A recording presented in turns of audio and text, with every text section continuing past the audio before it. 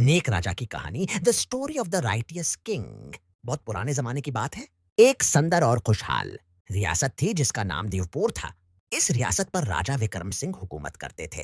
राजा विक्रम सिंह न सिर्फ ताकतूर थे बल्कि अपनी अदालत पसंदी, रहम दिल्ली और दानिशमंदी के लिए भी मशहूर थे। इनकी राया इनसे बहुत मोहब्बत करती थी क्योंकि वो उनकी देखभाल अपने बच्चों की तरह करते थे। तो राजा का बाग और इंसाफ दीवपुर की सबसे मशहूर चीज राजा का जाती बाग था, जहां बहुत ही नादिर और कीमती फल और फूल लगते थे। ये बाग दिन रात मुहाफिजों की निगरानी में रहता था। एक रात बाग के मुहाफिजों ने एक गरीब किसान को बाग में घुसते हुए पकड़ा। उसने बाग से एक संदर और नायाब आम तोड़ा था।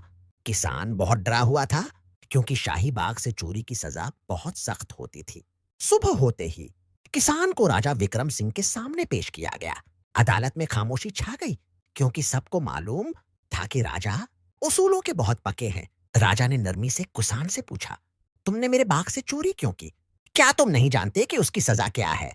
किसान रोते हुए बोला, अय महाराज, मैं जानता हूं कि मैंने एक संगीन जुर्म किया है, लेकिन मेरी मजबूरी बहुत बड़ी थी।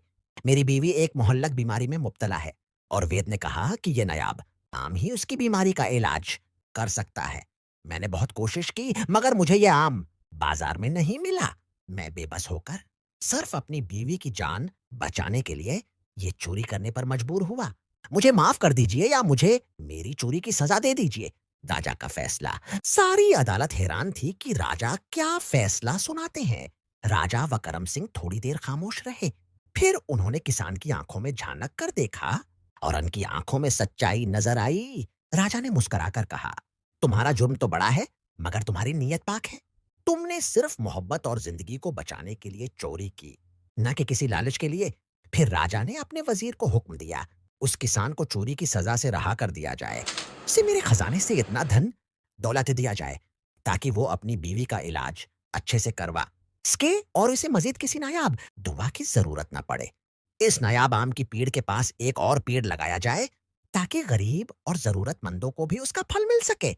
ये फैसला सुनकर किसान राजा के कदमों में गिर गया और शुक्रिया अदा किया। पूरी अदालत राजा के अजीम इंसाफ पर झूम उठी।